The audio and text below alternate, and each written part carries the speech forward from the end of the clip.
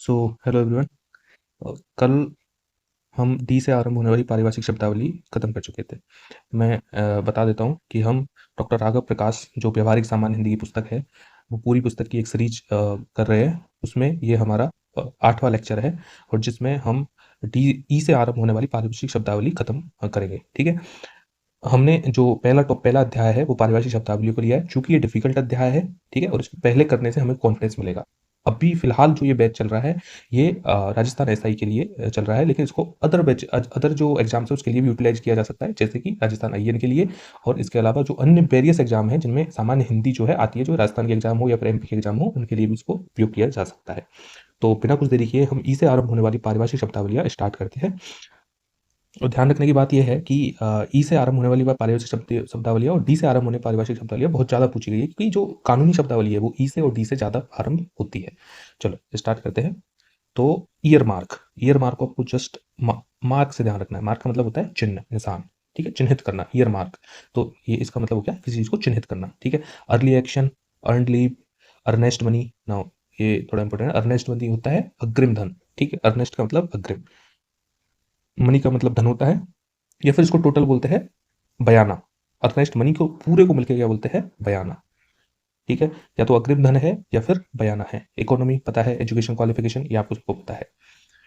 मैं उन चीज़ों पे ज़्यादा टाइम वेस्ट नहीं करना चाहता जो आप एग्जाम में आएगी तो कर सकते हैं, जो सबकी नॉलेज में है, जो बहुत ज़्यादा कॉमन है। मैं उन चीज़ों पर फोकस करूंगा जो सामान्यतः डिफिकल्ट लगती है और आपको भी एग्जाम में कंफ्यूज कर सकती है, डिफिकल्ट होती है। ठीक है, इफेक्टिव सबको पता है कि दक्षता या प्रभाविता होती है, इफेक्टिवनेस। एफिशिएंसी होती है, एफिशिएंसी वार। तो बार का मतलब इससे पहले भी आ चुका है, जब बी वाली पारिभाषिक शब्दावली हम कर रहे थे उस टाइम बार का अर्थ हमने देखा था। बार का मतलब किसी चीज को रोकना या रोध करना। और एफिशिएंसी का मतलब होता है दक्षता या प्रभाविता, तो दक्षता, रोध। ठीक है, इजेक्ट, इजेक्ट का मतलब कि किसी चीज को निकाल देना। इजेक्ट होता है ना, इजेक्शन। ठीक है, तो इजेक्शन का मतलब होता है किसी चीज को निकाल देना या बेदखल करना। ठीक है, तो इजेक्ट मतलब कि बेदखल करना। ठीक है, ठीक है। Elapse, elapse. अब इलैप्स को हम ऐसे तो कोई जो है इसका बैक में ऐसा कोई शब्द नहीं है जो आपको याद हो और उससे मैं समझा सकूँ, लेकिन इसको ट्रिक के माध्यम से हम ध्यान रखने की कोशिश करेंगे। जहां भी हमको कोई इसका जो रेफरेंस बिंदु नहीं मिलेगा या कोई अंग्रेजी शब्द नहीं मिलेगा जिससे हम रेफरेंस ले सके, तो हम एक सामान्य ट्रिक के माध्यम से चीज़ों को याद करने की कोशिश करेंगे। ठीक है, तो इलैप्स का मतलब क्या है कि लैप्स, लैप्स को आप ध्यान रखो कि गोद, लैप होती है। ठीक है, तो लैप्स मतलब गोद, और ई मतलब आई, ध्यान रख लो। ठीक है, आई ई, ई मतलब आई मतलब माता, माँ। तो माँ की लैप्स, माँ की गोद में क्या है, समय यूं ही बीत जाता है, पास हो जाता है, बीतना, बीत जाना। ठीक है, तो इलेप्स, तो जैसे ही आपको इलेप्स ध्यान आए तो आपको आई मतलब माता की गोद ध्यान आनी चाहिए। वो माता की गोद में हम जब सर रखते हैं तो हमारा समय यूं ही व्यतीत हो जाता है, बिल्कुल हमें इंतजार नहीं करना पड़ता, ऐसी नींद आती है। ठीक है, तो इलेप्स का मतलब है बीतना। ठीक है, इलेक्टोरेट सबको पता है, निर्वाचन सूची होती है। Eligible, eliminate. ठीक है, एम्बेजलमेंट। नाउ एम्बेजलमेंट, और इससे पहले अपन एक और शब्द पढ़ा था, इसका भी अर्थ होता है गवर्न, एम्बेजलमेंट। इसको हम ऐसे एक ट्रिक के माध्यम से ध्यान रखें। पहले मैं पहले वाला शब्द बताता हूँ जो हमने डी वाली पारिभाषिक शब्दावली से याद किया था। वो था डिफेल्केशन। वो शब्द था डिफेल्केशन। ठीक है, क्या था? डिफेल्केशन, डिफेल्केशन। ठीक है, तो डिफेल्केशन का अर्थ भी क्या होता था? गवन, या किसी चीज में कमी आना, कमी आना या फिर उसका गवन होना। ठीक है, एम्बेजलमेंट, एम्बेजलमेंट का भी अर्थ होता है गवन होना। अब बेजल, उसको ऐसे याद रखेंगे जहां भी बेजल आए, बेजल मतलब बेइज्जती, एम्बेजलमेंट, एम्बेरसमेंट, एम्बेजलमेंट, ऐसे ध्यान है ना, तो बेइज्जती। तो बेइज्जती क्या होगी भाई? जब कोई गवन करेगा तो बेइज्जती होगी। और ऐसे ही इसका दूसरा अर्थ है डिफेल्केशन। तो ये दोनों शब्द आपको एक साथ ध्यान लिखने हैं। गवन, यहाँ लिखिए गवन आपकी कॉपी में जहां भी आप लिख रहे हैं, और ऐसे तीर का निशान लगा के डिफेल्केशन और एम्बेजलमेंट दोनों देवनागरी लिपि में लिखिए। डिफेल्केशन और एम्बेजलमेंट, एम्बेजलमेंट। ठीक है, एम्बेल, एम्बलम। ठीक है, एम्बेल, एम्बेलम बोलते हैं इसको। एम्बेलम होता है प्रतीक या चिन्ह, एम्बेल। ठीक है, तो ये तो ऐसे कैसे आपको ध्यान रखना है, एम्बेल, एम, एम्बलेम, एम्बलेम। ठीक है, एम्बलेम एक्चुअली इसका उच्चारण एम्बलेम होता है, एम्बलेम, लेकिन आप एम्बलेम ही ध्यान रखिए, एम्बलेम। ठीक है, तो एम्बलेम मतलब चिन्ह या फिर प्रतीक होता है, एम्बलेम। ठीक है, एमिग्रेंट, प्रवासी सबको पता है, उत्प्रवासी होता है। ठीक है, एमोल्यूमेंट।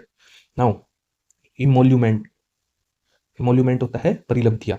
इमोल्यूमेंट, इमोल्यूमेंट का मतलब क्या होता है? परिलब्धियाँ। क्या होती है? परिलब्धियाँ। ठीक है, एम्प्लॉई सबको पता है, कर्मचारी होता है। एम्प्लॉयमेंट एक्सचेंज रोजगार कार्यालय होता है। एम्प्लॉयर नियोक्ता होता है, यार इस 2000 बारे में पूछा भी गया है। इनेक्ट, इस चीज़ को इनेक्ट करना, जैसे हम नहीं बोलते कि अधिनियमित करना। ठीक है, तो इनेक्ट मतलब कि किसी चीज़ को एक्ट में लाना, एक्ट में लाना। एक्ट मतलब कि कार्यकारी क्षेत्र में लाना, कार्य में लाना, तो मतलब अधिनियमित करना, किसी चीज़ को अधिनियमित करना। ठीक है, इनकैशमेंट, एनकैशमेंट, एनकैशमेंट। कैशमेंट मतलब कैश क्या होता है भाई? कैश, कैश हमारे होते हैं खुले पैसे।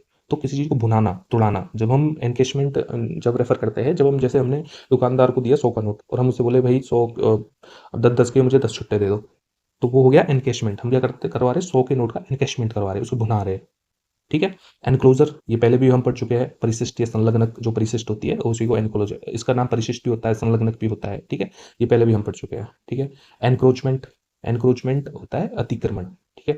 एनक्रोचमेंट, इसको वैसे तो मोस्टली ये सामान्य शब्दावली आपको याद होगी, नहीं हो तो ये ध्यान रखने का भाई, कॉकरोच क्या करता है, कॉकरोच अतिक्रमण ही करता है चीज़ों का। हाँ, हमारी रसोई है, उसमें खाने पर अतिक्रमण कर लेगा, तो ऐसे ध्यान रख लो, एनक्रोचमेंट कॉकरोच से, ठीक है। एंडोर्स, एंडोर्स एक्चुअली ऐसे होता है कि आम सहमति किस चीज़ में, कि समर्थन करना, सहमति व्यक्त करना किस चीज़ का, एंडोर्स करना, ठीक है, किसी चीज़ का समर्थन करना। लेकिन इसका और भी जो व्यापक है वो है पृष्ठांकन करना। जैसे एक तो होता है समर्थन करना, एंडोर्स का मतलब, एक दूसरी पर ये एकदम विपरीत, कोई समानार्थी शब्द नहीं है, ये दोनों विपरीत विपरीत है। कानूनी शब्द में ये होता है पृष्ठांकन करना। जैसे इसका उदाहरण आप ये देख सकते हो कि जब क्या करते हैं, हमारे देश में तो ऐसा होता नहीं है, लेकिन जो अन्य देश जो होते हैं वहाँ पे क्या होता है, जैसे लाइसेंस जो देते हैं, तो जब किसी कार पकड़ने में आती है तो उसके लाइसेंस पे एक स्टिकर चिपका देते हैं, जब उसकी कार पे एक स्टिकर चिपका देते हैं, तो कार को क्या कर दिया, एंडोर्स कर दिया, पृष्ठांकन कर दिया। कार एक पृष्ठ है, उस पर एक अंकन कर दिया, कुछ अंकन मतलब कुछ चिपका दी, या फिर कुछ स्टिकर चिपका दिया। अब वो स्टिकर तभी छूटेगा जब वो खुद पुलिस स्टेशन जाएगा और वहाँ पे फाइन जमा करवाएगा, और फिर वो उसको स्कैन करके वो छुड़वाया जाएगा। तो एंडोर्स का मतलब पृष्ठांकन भी होता है, ठीक है। एंडोर्समेंट, अगेन वही पृष्ठांकन, समर्थन, ठीक है। एंडोमेंट था, ठीक है। एंडोमेंट, एंडोमेंट का होता है बंदोबस्ती, जो व्यवस्था थी हमने, हमारी जो व्यवस्था थी वही है एंडोमेंट, ठीक है। एंडोमेंट, ये ध्यान रखना है, एंडोमेंट मतलब बंदोबस्ती व्यवस्था, एंडोमेंट, ठीक है। एंगेजमेंट, एंगेजमेंट एक तो वचनबद्धता भी होती है, जब किसी दो लोगों की एंगेजमेंट होती है, मतलब कि वो एंगेज हो रहे हैं एक साथ, मतलब एक बंधन में बंध रहे हैं, ठीक है।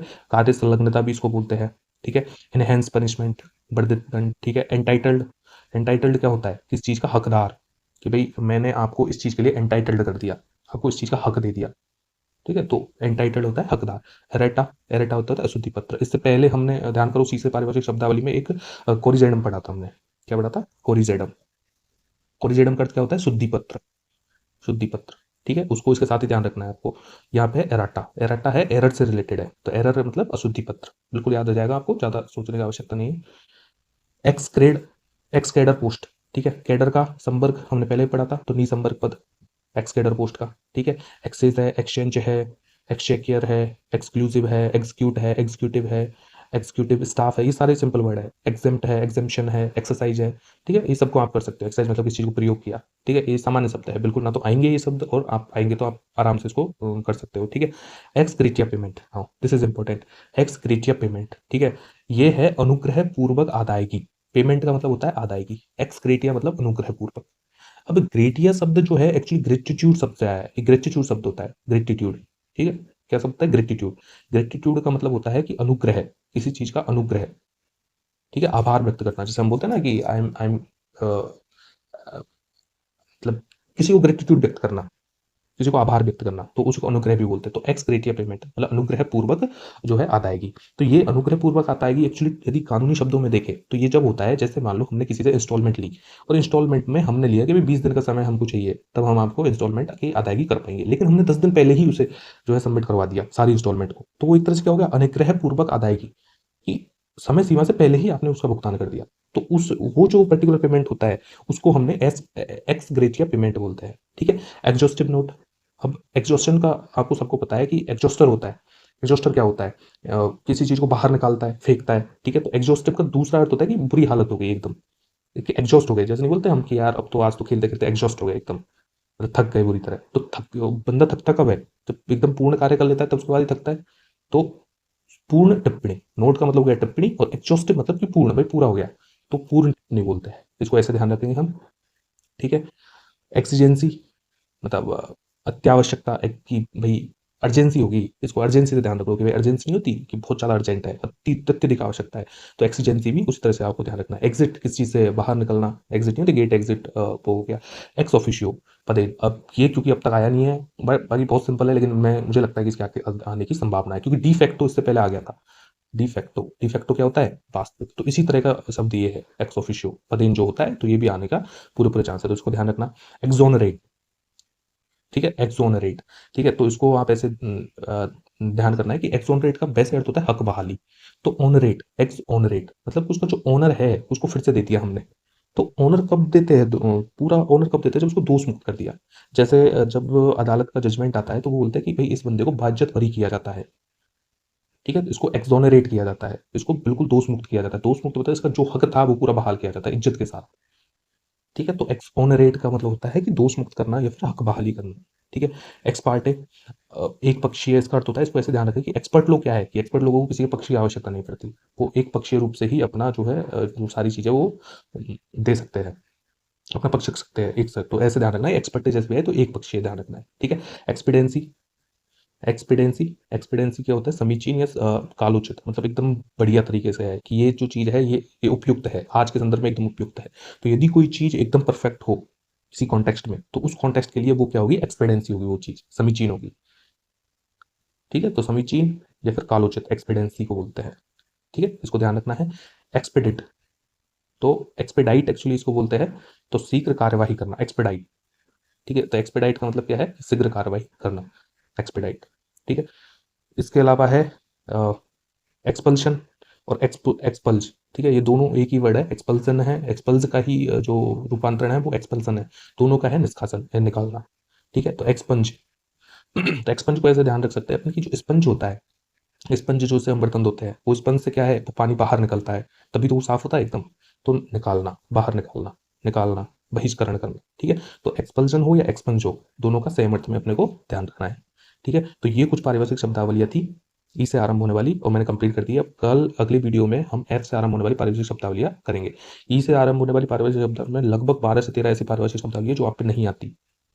ठीक है, या फिर जिनमें आप कंफ्यूज होते हो, तो कृपया इनको लिख लीजिए और अच्छे से ध्यान कीजिए। ठीक है, फिर मिलते हैं अगले वीडियो में। Thank you.